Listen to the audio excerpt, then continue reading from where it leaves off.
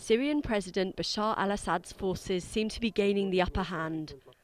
After more than 2 years of fighting, this is thought to be a final attempt to flush out all remaining rebels, while the army advances north towards the commercial capital Aleppo. The UN Secretary-General Ban Ki-moon says there are about 2,500 civilians trapped in Homs. He's calling for immediate access to humanitarian aid and for people to be provided with safe passage.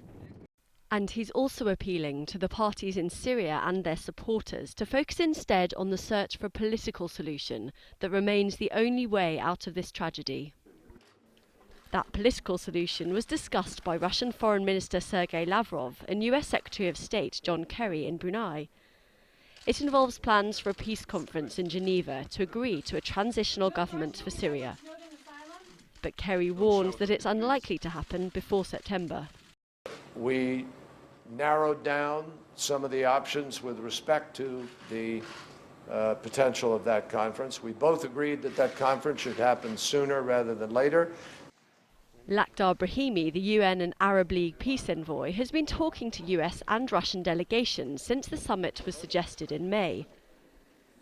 Last week, he admitted July was too soon, and he challenged the two world powers to contain the situation, not just in Syria, but the entire region. The US recently decided to send weapons directly to what it calls moderate rebel brigades. Russia has sold weapons to Syria's government for decades. On top of the battle for Homs, state TV said the army had taken the town of Al-Qaryatayn after a 2.5-month battle. And it's continuing to attack pockets of resistance near the capital. Activists are reporting several people were killed in Kafr Beitna.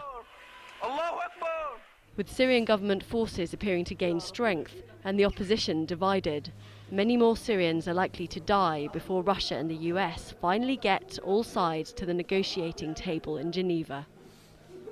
Joanna Blundell, Al Jazeera.